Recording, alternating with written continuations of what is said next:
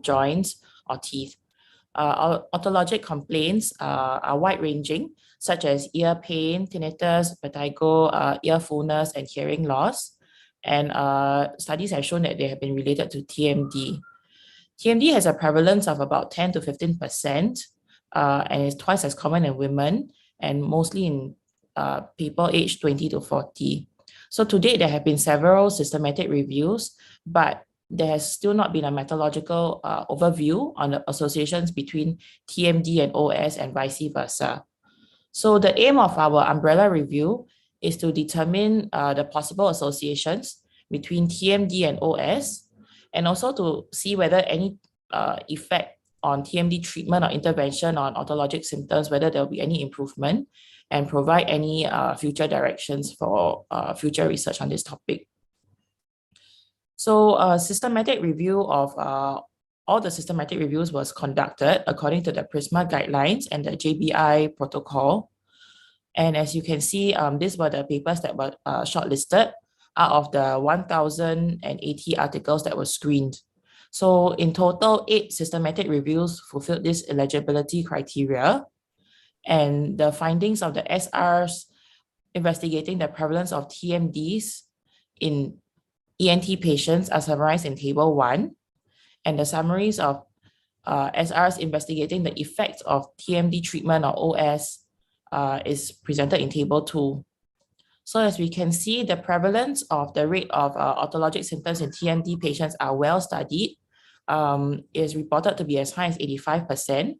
However, the converse has weaker evidence, with only 2 systematic reviews describing the prevalence of TMD in ENT patients, but it also has a high rate of 95%. With regards to treatment and intervention, the evidence for positive effect of TMD treatment on OS is inconclusive, as most systematic reviews reported insufficient and poor levels of evidence. The treatments that they talk about in the papers include mostly conservative treatment, such as medication and the use of splints. In conclusion, there was a possible bidirectional relationship between TMDs and otologic symptoms. The findings all indicate that otologic symptoms are more prevalent in TMDs, and TMDs were more common in ENT patients with otologic symptoms compared to the controls, with frequencies high, extending to 85 to 90%. There was also a much higher odds ratio of 7.8 of TMD patients having otologic symptoms and vice versa. And although the interventions were generally found to have a positive effect, meaning doing TMD intervention would improve the otologic symptoms, the level of evidence was generally low because the data was too heterogeneous and there was a lack of standardized criteria and outcomes. That's all I have. Thank you. Thank you for your presentation, Dr. Chu. So is there any questions? Okay, can I ask you, Dr. Amelia? Yes, please. Okay, this is an umbrella review, as you mentioned, right? Yes. What you got from the many review of many research for the TMD versus to otologic signs in the future? Yes. Sorry, can you repeat the second part of the question? I couldn't. Yeah. How you get the conclusion of the umbrella review of the TMD to the otologic signs symptom after the TMD problem being fixed? As in how we arrive at the conclusion? Yeah. If you gather to from other review, right? Yes, correct. So we looked at all the papers, all 8 papers, and we saw that they were mostly congruent in their results, in that TMDs are common in ENT patients, and there was a high prevalence vice versa. And the papers were too heterogeneous to do any qualitative or statistical analysis. So we just mainly looked at their discussion and their conclusion statements. Okay. Any suggestion of this, your temporary conclusion, right? of your umbrella review? Yes. What is your suggestion on the We do. So we hope that there will be better designed studies with better diagnostic criteria. For example, not all the TMDs were had a clear diagnosis of the RDC TMD questionnaire. Some were just based on questionnaires alone. What kind of TMDs were they? Were they arthrogenous, myogenous? The type and duration were all not specified as well. And with regards to the intervention, it should be protocolized ideally, and also a clear indication of the outcome measures. Okay. If that could be documented, I think the studies will be less heterogeneous. Okay. Okay. Thank you. Thank you. Thank you. So let's move to the next speaker, Dr. Sami Kuya S. from the Chatting Dental College and Research Institute. Dr. Sami Yukuta, could you please share your screen? Yes, sure.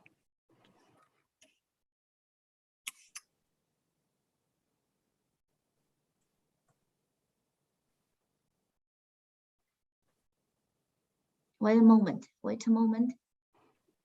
Yeah. Okay, please go on.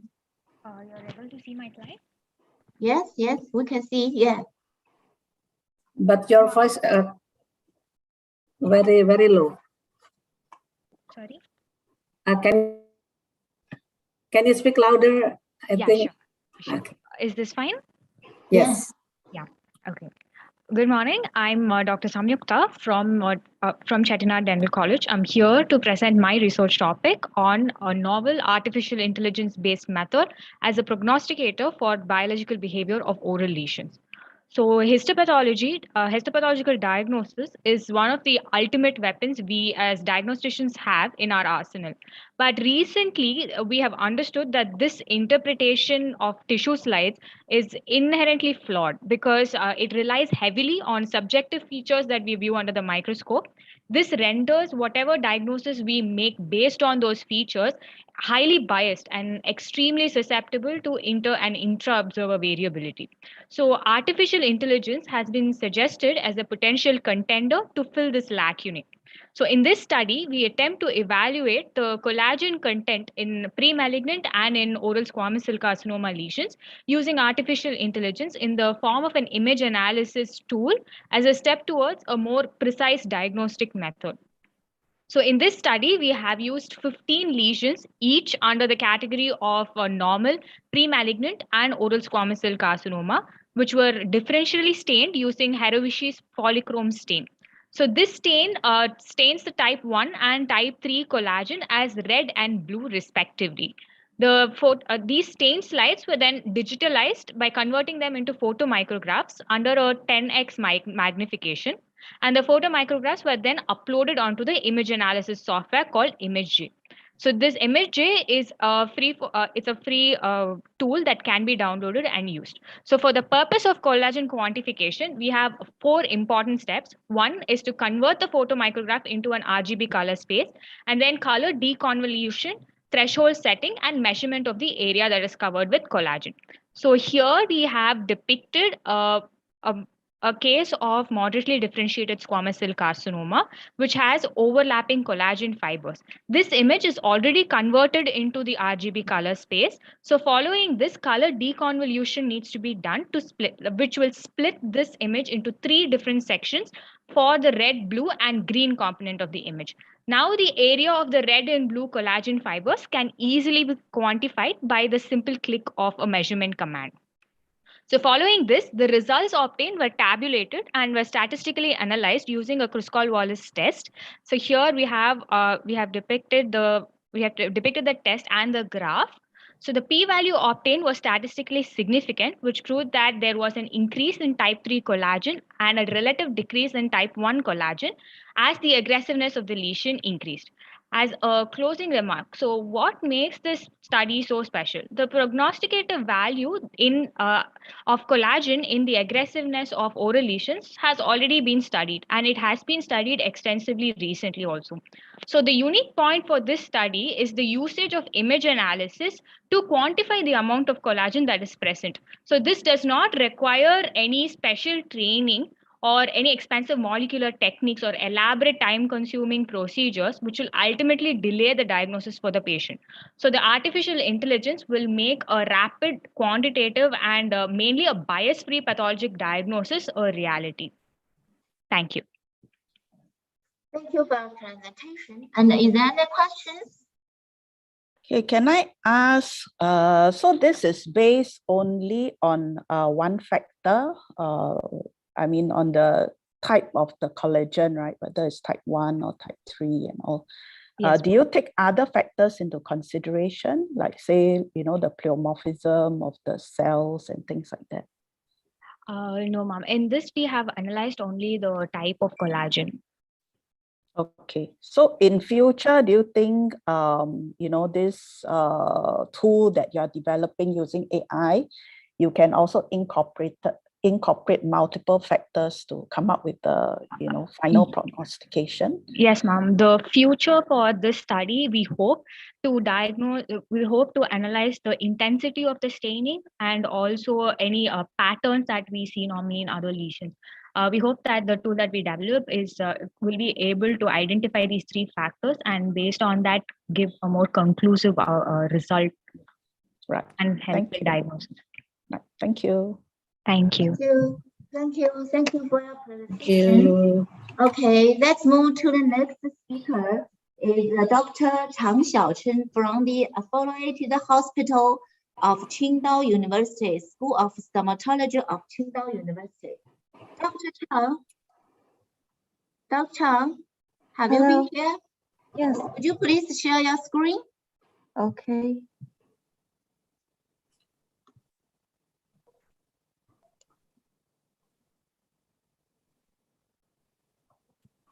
Okay. Can you see the screen? Yes, yes. We can see. Yes, please go on. Okay. And I will to talk about the Simon's Ray A antenuous hypoxia suppression of osteogenesis in PDLIC, and where background is periodontal ligament stem cells are considered to have potential to regenerate periodontal tissues, and Simon's Ray A plays an essential role in protein osteogenesis. And the periodontitis is closely related to hypoxia of the periodontal microenvironment. However, the effect of Simon's Ray A on osteogenesis of PDLIC under hypoxia remains unclear. And the aim of this study was to investigate the effect of Simon's Ray A on osteogenesis of PDLIC under hypoxia. And we isolated PDLIC were identified use flow symmetry, and we just use some OR, ARS and ALP to measure the osteogenesis of the PDLIC, and we use the oral right-O staining to measure the adipogenic differentiation potential for the PDLIC, and you can see there has a lot of our results, and in our conclusion, hypoxia influences the cell viability and osteogenesis differentiation of PDLIC, and secondly, Simon's Ray A intervenes the inhibitory effect on osteogenesis by hypoxia, and it's suggested that Simon's Ray A could play a positive role in osteogenesis inhibition related to hypoxia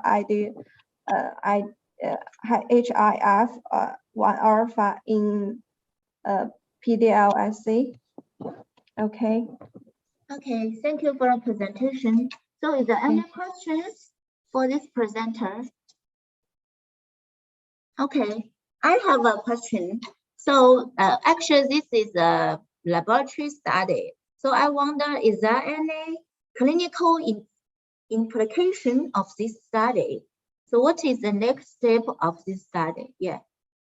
Okay, the next station, we have some animal experiments, and we just have to make the Simon 3A with some nano particles to have some mix in the application. Okay, thank you. Thank you, Thank Dr. you. Chang. Thank you. Let's move on to the next presenter. Natalia Pranada is from the Maranatha Christian University, Universitas from Padajada.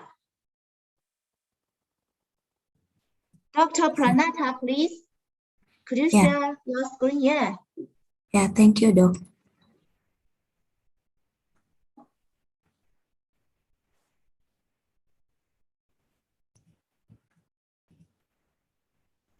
Okay, please move on. Yeah, thank you. Good afternoon, everyone. I'm Natalia Pranada from doctoral student of Universitas Pajajaran, Indonesia. In this time, I will present our study with a title Increasing of HPV infection in the oral cavity, significantly rising the risk of OSCC oral squamous cell carcinoma. This is a meta-analysis research. The objective of this study, the increasing of OSCC without tobacco and alcohol exposure, tempting as there are other risk factors. HPV infection has been established as an etiologic factor of cervical and anogenital malignancy. Along with the increasing of deviant sexual behavior, as also found in the developing country, the virus can be transmitted through a direct contact from the genital area to the oral cavity. Does HPV also promote oral cell squamous cell carcinogenesis in the oral cavity? The objective of this study, therefore, is to evaluate the association between them, to see whether this virus also promotes carcinogenesis in the oral cavity. Method, we conducted according PRISMA search strategy using Harsing published or query software to find study at Scopus, PubMed, and Google Scholar database. Publication is limited from 2018 until 2021, only case control research, and full paper open access, use Bahasa Indonesia and English. Quality of study was assessed using New Ottawa scale, and then the data was then analyzed using RefMan. Retrieved 1,120 articles after eliminating duplication, screening inclusion and exclusion criteria. Only 5 articles remain, and then this one, only this article, and then quality assessment scale for each article, medium to high category. Then the data was homogeneous with a p-value less than 0.05, and also I-square is 0%.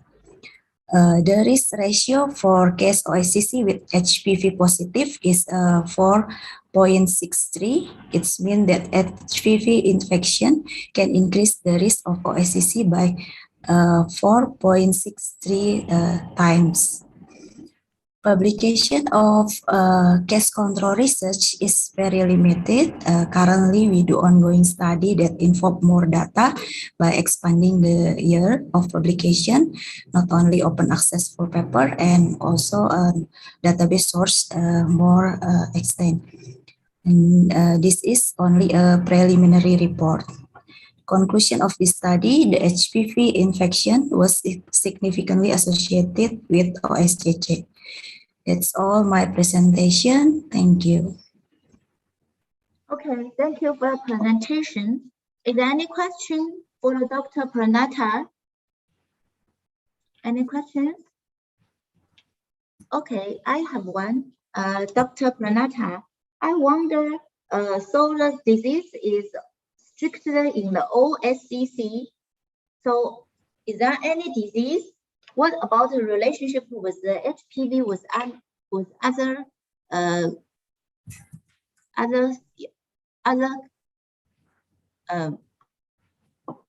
carcinoma? Yeah. In this study, in our study, we focus on oral squamous cell carcinoma only. Okay, okay. Thank you for presentation. Thank you. Yeah, thank you, Doc. Thank you. Let's move on to the next presenter, Dr. Maria Dang from the University of Toronto. Dr. Dang. Dr. Maria, so have been there in the room?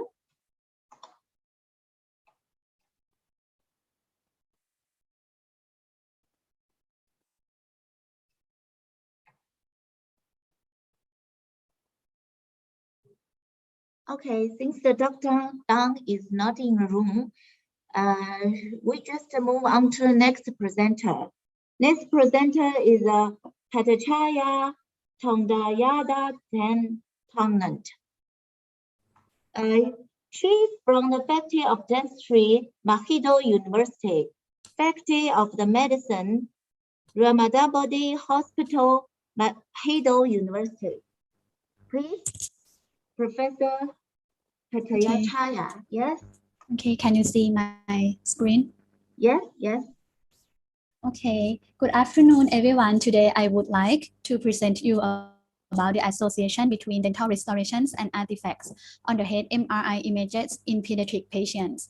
Magnetic resonance imaging, or MRI, has become an important diagnostic tool for the pediatric patients because images are made with the non-ionizing radiation, and the dental material presented in oral cavity may create artifact in the head MRI. So this study aimed to investigate the association between dental restorations and the artifacts presented on the head MRI images in children.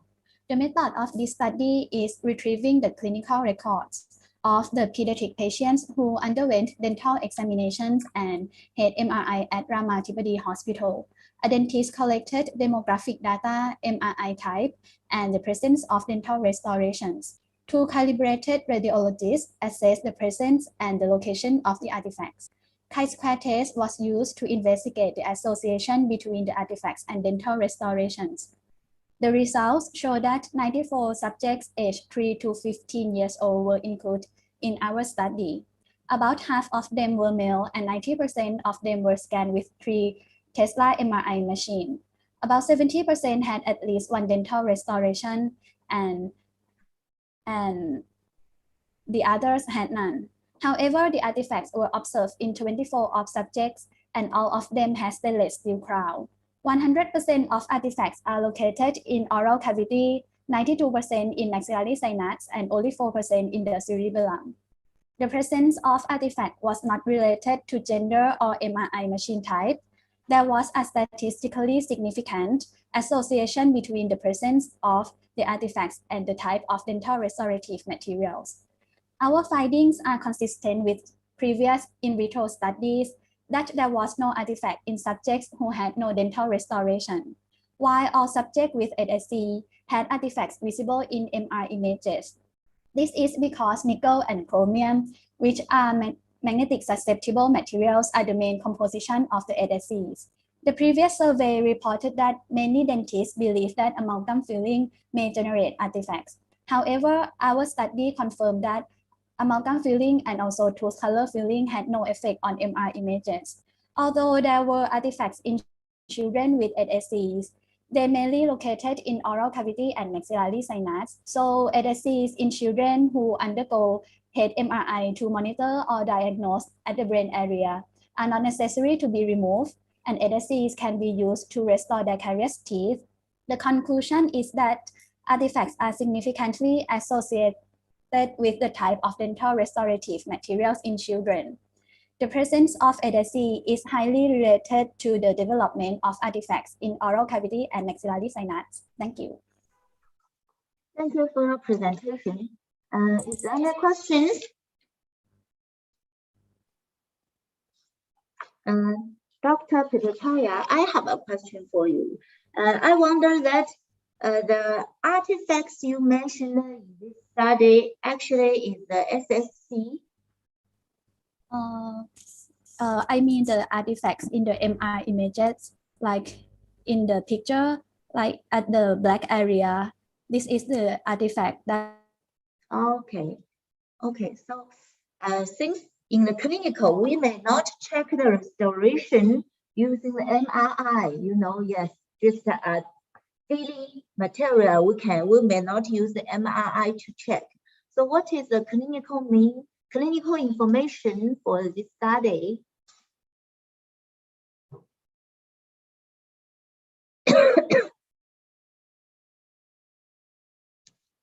Hello, Dr. Kachaya. Hello.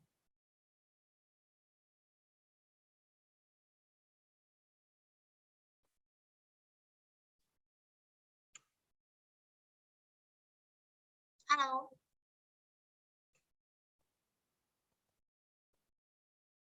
Hello, sorry. Yeah. Have you heard my question? Yes. Okay. Yes. Okay, I mean the artifacts in the MR images that like at the white arrow located the black area. That's the artifact in MR images. That's it's created because there are ADCs at that area. Okay. Thank you for your presentation. Thank you. Okay, let's move to the next one. Next is my presentation. Wait a moment, I will share my screen.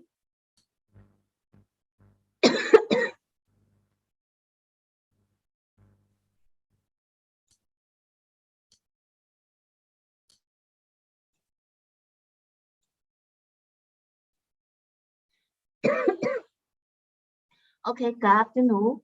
My presentation title is the relationship between the chronic parodontitis and inflammatory cytokines in patients undergoing maintenance hemodialysis. This is the background. The recent systematic reviews and meta-analysis have reported a bi-directional relationship between chronic kidney disease and parodontitis. However, a few biological hypotheses have been proposed to explain the mechanism underlying the parodontitis as a risk factor for CKD.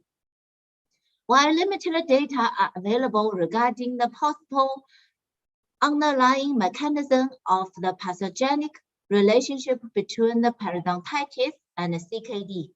Therefore, the objective of our study was to investigate the correlation between serum and gingival clavicular fluid level of the inflammatory cytokines and the association with the periodontal parameters in patients undergoing the maintenance hemodialysis.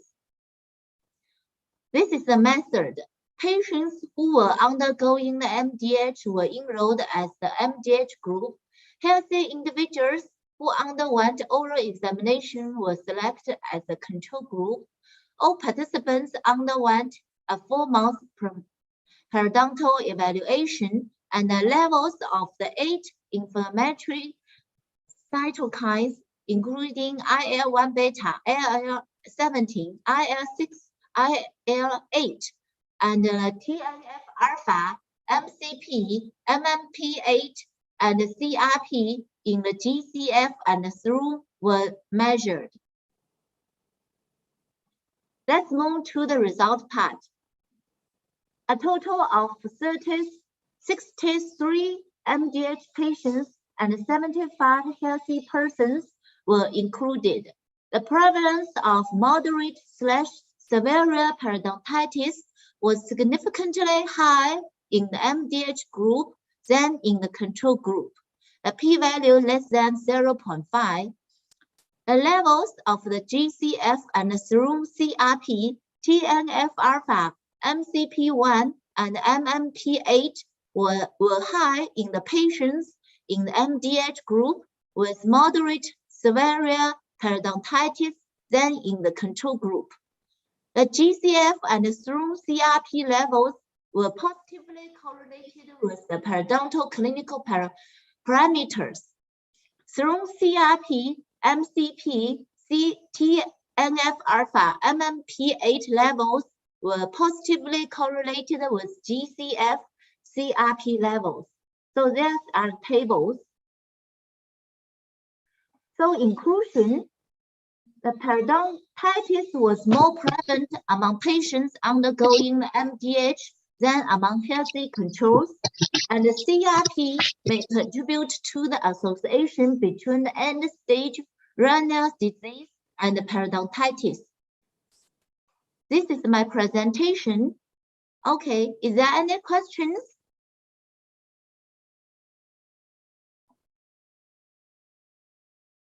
If there is no question, shall we move on?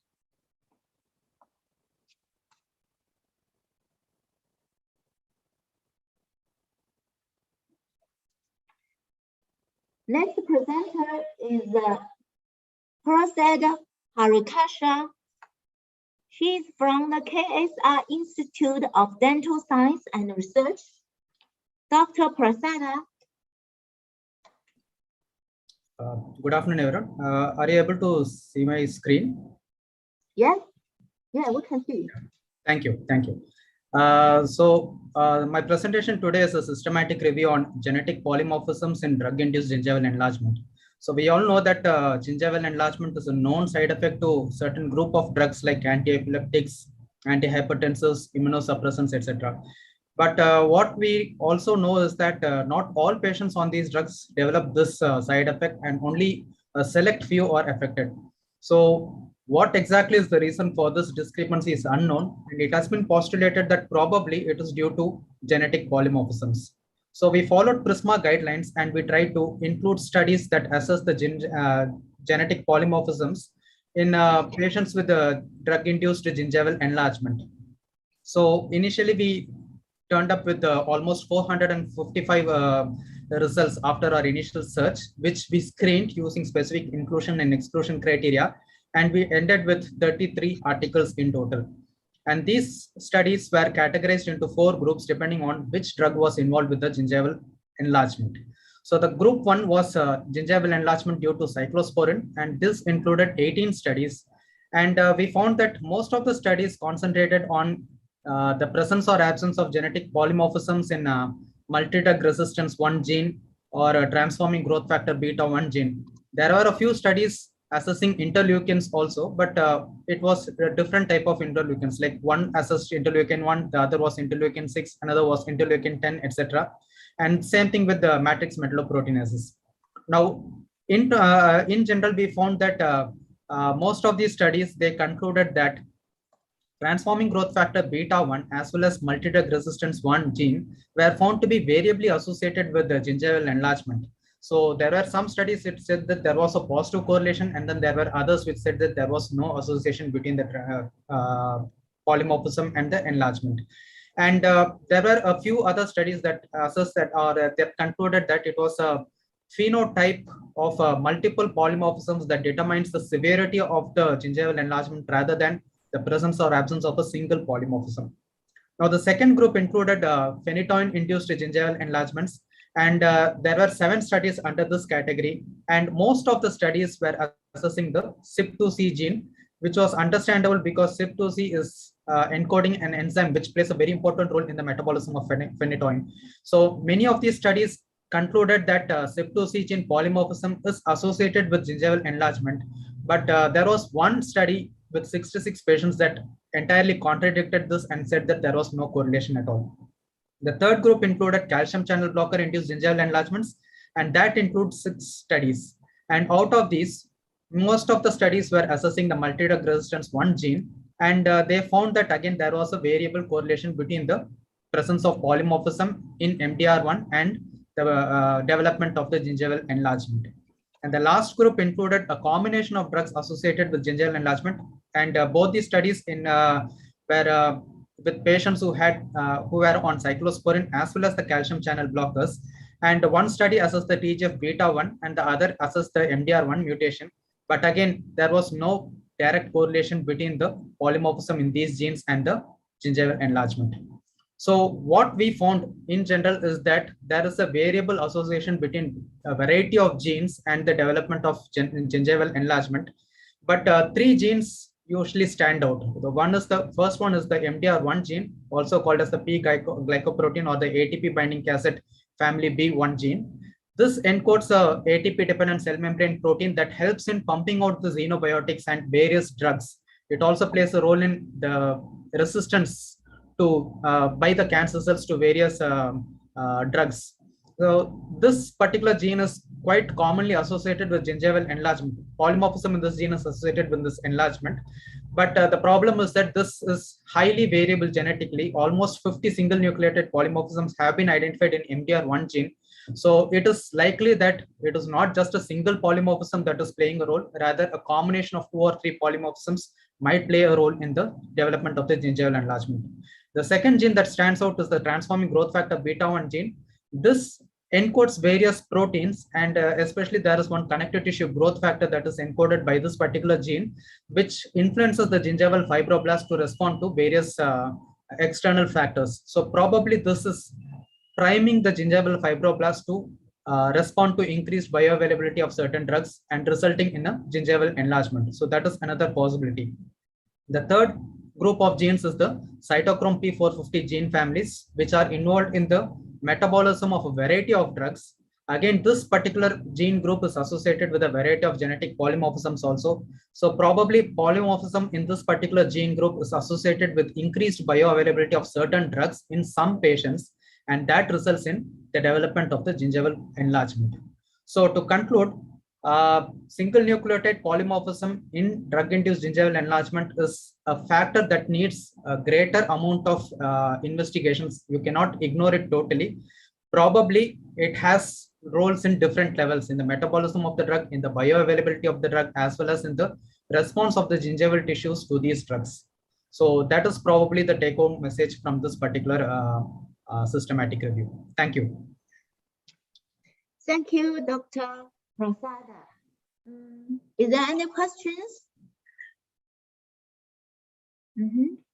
Actually, I have one. Yes. Have you conducted a meta-analysis? I wonder. No, yes? actually, we wanted to conduct a meta-analysis. The problem is that there was a high risk of bias with the studies that were included that fell into the inclusion criteria. And there was a lot of heterogeneity among the studies also. So we couldn't actually proceed with a meta-analysis because it would be a biased result that we get from that meta-analysis. So that's why we avoided doing that meta-analysis. Okay. Thank you for the presentation. Thank you. The next presenter is Maria Dang from the University of Toronto, because she just missed his presentation.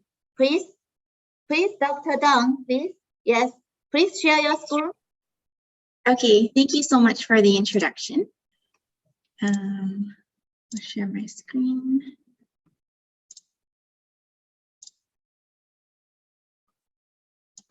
Okay, so my presentation is, the topic is comparing the effectiveness of custom and prefabricated mandibular advancement appliances for obstructive sleep apnea. So the objective of the project is to look at obstructive sleep apnea. It's a condition characterized by repeated episodes of either partial or complete obstruction of the pharynx while people sleep. And an alternative to continuous positive airway pressure, what we call CPAP, is the mandibular advanced appliance. And the objective of the study was to assess the effectiveness of the custom and prefabricated mandibular advancement appliances in obstructive sleep apnea by conducting a meta-analysis and also a systematic review. So an electronic search of 5 databases was searched without applying language restrictions, and randomized controlled trials were published between 2006 to 2021, were included in the search, and descriptive cross-sectional studies, case series, case reports, conference abstracts, and also opinion-based articles were excluded. And the references of the included papers were also screened. A total of 6 RCTs were included in the study, and a meta-analysis was conducted to determine the effectiveness through factors including patient compliance, preference, daytime sleepiness, treatment response, apnea-hypopnea index. And so the results was that the comparison of custom mandibular advancement appliances with prefabricated mandibular advancement appliances reported a higher rate of compliance in favor of the custom appliance, and patients also reported a preference for the custom appliance as well. And in addition, factors such as daytime sleepiness, sleep questionnaire scores, and also the apnea-hypopnea index all had a mean significant difference. So as we know, obstructive sleep apnea is a common chronic disease associated with systemic diseases, including hypertension, coronary heart disease, diabetes, and it can severely impair the quality of life for patients. And therefore, it's very important for us to manage this condition appropriately. And CPAP and mandibular advancement appliances are both effective options for treating obstructive sleep apnea. And although CPAP has been reported to have a larger reduction in the apnea-hypopnea index, there are issues regarding compliance that make the CPAP option less favorable. And in some studies, the custom appliances are considered as gold standards for mandibular appliances. And there are advantages associated with using mandibular advancement appliances, and in particular, custom appliances have been shown to be more effective than prefabricated mandibular advancement appliances in terms of patient compliance, preference, daytime sleepiness, and treatment response. But a limitation of the study was the absence of a cost-effective comparison. So in conclusion, custom mandibular advancement appliances can be more effective than prefabricated mandibular appliances for obstructive sleep apnea. And factors such as patient compliance, preference, daytime sleepiness, and treatment response make the custom appliances more favorable. Thank you so much for your time. Please let me know if you have any questions. Thank you. So is there any questions? Okay, I have one, Dr. Dang. Since you have mentioned that the absence of the cost effectiveness, so actually, is that your study did not include this part, or the original research have not covered the cost effectiveness of when compare these two applies? So what I meant to say was that my study did not consider that factor, but as I went through those papers, some of them did consider, but I found that there was not enough information to also include that as a variable in my paper. Thank you. Okay, thank you, Dr. Dang. Thank you. Okay, let's move to the next presenter. Next presenter is the Anika Dawa from the Center for Dental Education and Research, All India Institute of Medical Science. Yeah, please, hello. Yes. Anika Dawa, please share your screen. Is my screen visible? Yes. Okay. So warm greetings. Just a second. I'll just put it on slideshow.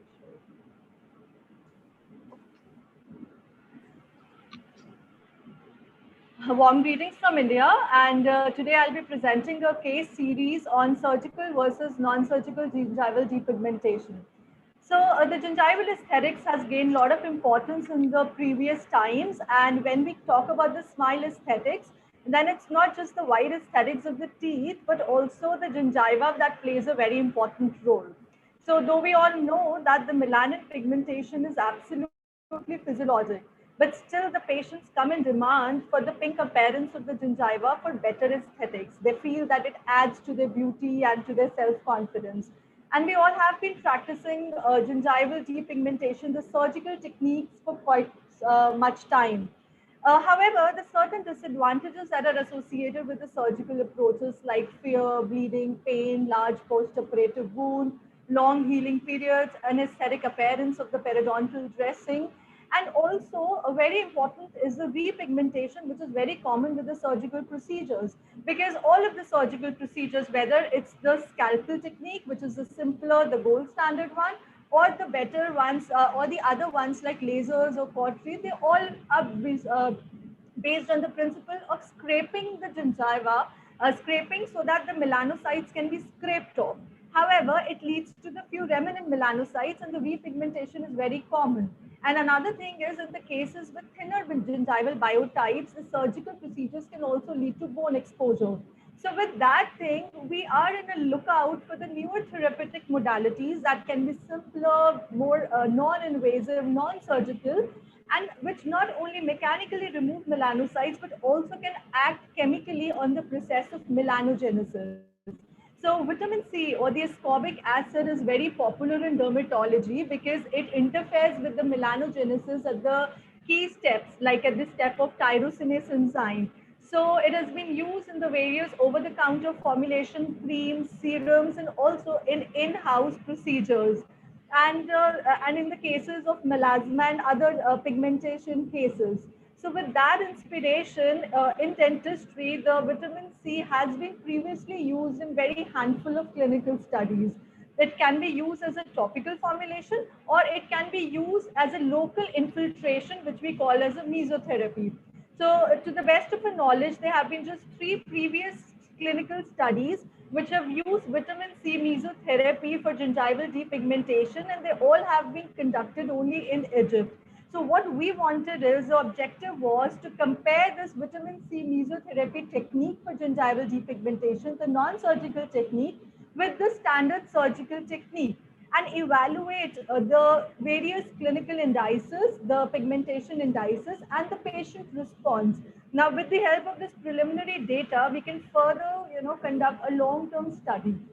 So what we did was that we recruited 10 patients which had the anterior physiologic gingival pigmentation. So there was no randomization. We just told them about the pros and cons of both the techniques. We told whoever patient was willing for the non-surgical one and was willing to come for 4 to 5 visits for that, they were recruited in this, and the others were recruited in the surgical. So there was no distinction made upon the severity of pigmentation. The clinical indices that were used was a DOPI that told us about the intensity of pigmentation, like it says like pink, pinkish brown, or dark brown, in a scale of 0 to 3. Then the gingival pigmentation index, it told us about the spread of pigmentation, whether it's flecks of pigmentation, it's spots, or it's diffuse patches. And also, to make this more objective, we use this thing called as a gingival luminescence. So it was a scoring from 0 to 100. We used in Photoshop, Adobe Photoshop, and we calculated the darkness with the help of the CE lab system. And the lighter the gingiva, the more the scoring. So we compared the pre and post L value. And with that, also the patient reported outcomes like pain score, color change score, and the patient satisfaction. Now, this patient satisfaction that included the color change as well as the therapy details, like was the patient, what was the, was he okay coming for number of visits for vitamin C, or was he okay with the 1 visit of surgical? Was he okay with the surgical process or with the non-surgical? So all those factors. So for the surgical, like we all are well versed, the anesthesia was given and the gingiva was scraped off, and the assessment was done at baseline 1 month and the 3 months. So we can see that at 1 month, the gingiva is very nice and pink. However, at 3 months, there was a lot of repigmentation patches that can be seen. And for vitamin C procedure, we use the vitamin C ampule. It came in a concentration of 500 mg per 2 ml, and we used a 30 gauge insulin syringe. So in the first appointment, we gave a local infiltration, and in the subsequent, so what was for the vitamin C, the patient had to undergo at least 4 to 5 visits once per week. So the gradually in each visit, the gingiva lightened from brownish to the pinkish color. So this vitamin C, it was injected about 1 millimeter apart to cover the entire pigmented area. So the injection was done till the blanching occurs, and then slowly 1 millimeter apart, 0.1 ml was injected. So in the pictures, you can appreciate, like this is a case one with the diffuse gingival pigmentation. This was the first visit. So the site of the least pigmentation, it started occurring pink. And then gradually the pinkness increased at 1 month. And this is the 3 months, the nice and luminescent gingiva. Similarly, for case 2, you can see that these are the patches. Then this is the fainting and the whitening that is occurring, the lightening. And this is at 1 month and this is at 3 months. Though the sample size was very less, but still we did a comparison for the findings, and we found that at 1 month all the parameters that were better for surgical. However, at 3 months they were comparable. So what actually happened was that for the surgical at 1 month there was about 80 to 90% improvement. In fact, 90, more than 90. However, because of the repigmentation, it came down to 75 to 80. In vitamin C, it was at 75 to 80, but it persisted. So what we concluded was that vitamin C is a good alternative for especially the cases with thin gingival biotype. The future studies need to be done on that. And it can be used as an adjunctive therapy to the surgical, maybe to prevent the repigmentation. However, these are very small sample size and further studies are needed for validation. And even the research can be directed towards the things on home care system for vitamin C depigmentation. Thank you so much. Thank you, Dr. Dawa. Yeah, is there any questions? Actually, I have one, yeah, and it is a randomized control trial, and I know the randomized control trial is very difficult. I wonder for this randomized control trial, is there any blind for the assessment for the patients who for the persons who assessment? No. This is not a randomized trial. This was just a preliminary case study that was done to evaluate the patient response in Indian patients. So we are yet to do a proper randomized trial. This was just an evaluation that how our Indian patients response to vitamin C technique, whether they're willing to come for subsequent 4 appointments, how did they feel about the color change. So this was just that. This is absolutely not a randomized trial, and that is the drawback of this. We need to conduct a proper trial to validate these findings. Okay. So there is no blind in this study. No. Oh, okay. Thank you. Thank you so much. Thank you. Okay, let's move on to the next presenter. This is the last presenter, Dr. Lan Wan. Dr. Lan Wan from the University of Medicine and Pharmacy at the Ho Chi Minh City. So, Dr. Wan. Okay, thank you. Thank you. Please go on. Share your screen. Yes. Yes.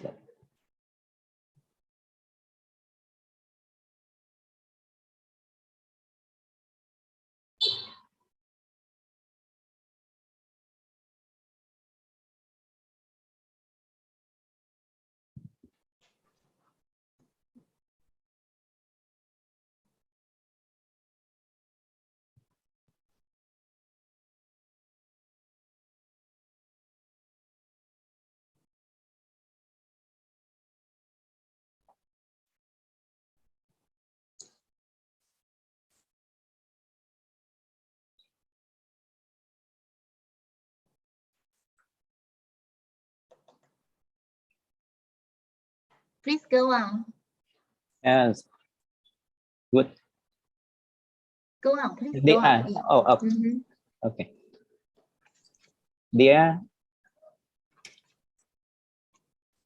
colleagues, I'm very happy to present my research on the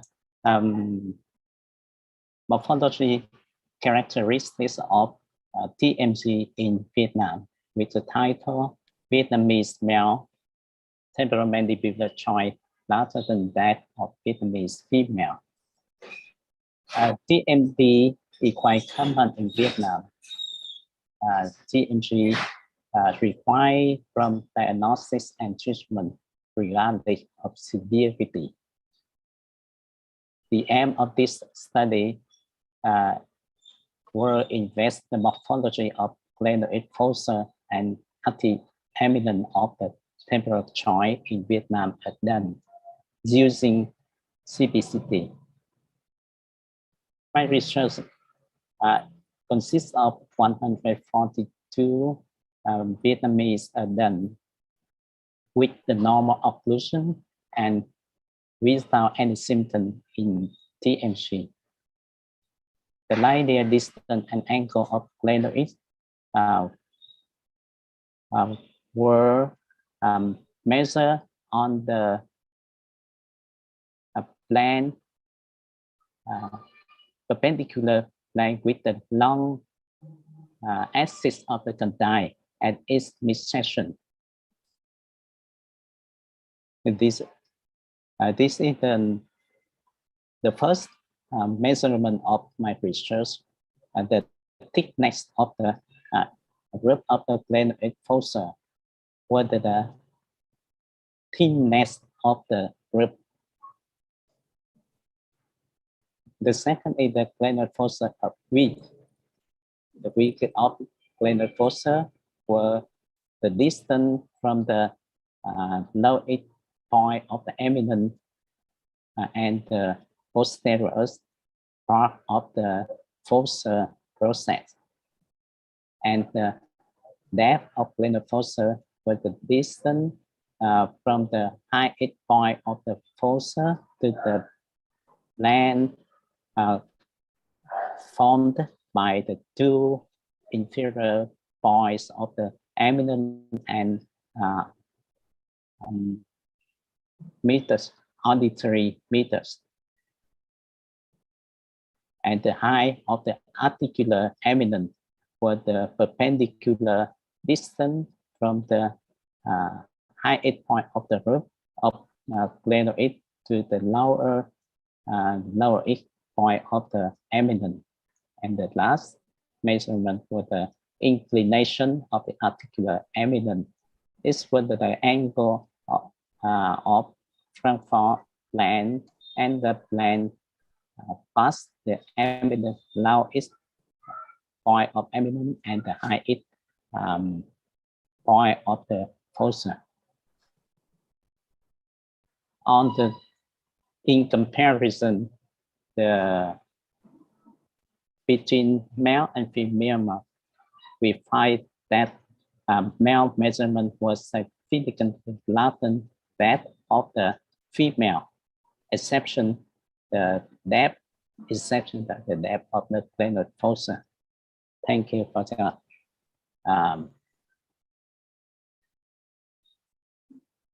Thank you for the presentation, Dr. Wan. Is there any questions? Yeah, actually I have one. This is a very interesting study when you compare the TMJ joint with between the male and the female. So I wonder, is there any implication in the clinic? Yes? Pardon? Is there any clinical implication?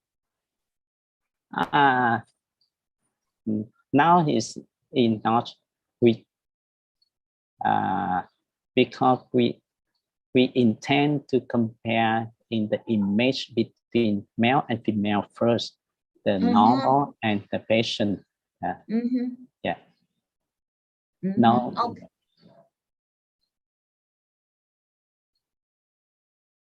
Okay. Okay. Thank you. Thank you, all of you. It's time to say goodbye. And this session will be stopped. Thank you for your all attendance. Thank you. Thank you. Bye-bye. Thank you. Yeah. Thank you. Thank you. Bye-bye. Thank you.